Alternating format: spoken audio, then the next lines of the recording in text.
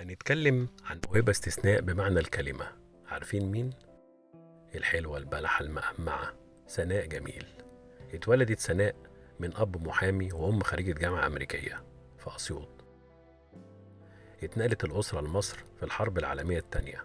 درست في المعهد العالي للفنون المسرحية سنة 53.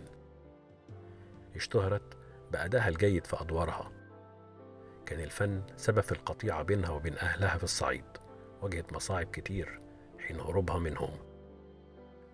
ساعدها المخرج الكبير زكي طليمات، لقى لها مسكن بسيط.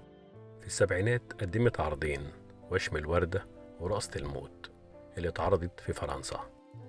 أول من أطلق عليها سناء جميل هو الفنان زكي طليمات.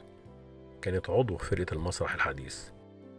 بعد التخرج اتعرفت على الصحفي الكبير لويس جريس، ساعدها على دخول عالم المسرح مع فرقة فتوح نشاطي. اشتركت في أدوار صغيرة، لكن أول شهرتها كان فيلم بداية ونهاية.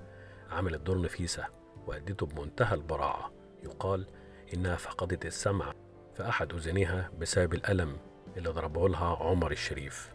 الفيلم نجح نجاح كبير. بعدها شاركت في الزوجة التانية، وما أدراك ما الزوجة التانية، وفيلم المستحيل، وزينب، وغيرهم. أثبتت نفسها بأعمالها المتميزة. من أعمالها الدرامية الراية البيضاء، ساكن قصادي، والرقص على سلالم متحركة. حياتها قاسية لكن مثمرة. تعتبر من النماذج الفريدة اللي لها بصمة في عالم التمثيل. أي مخرج يبقى سعيد بالتعاون معاها، لأنها إضافة لفكره، وبالتالي إضافة للشاشة. الله يقدس روحك يا ست الكل.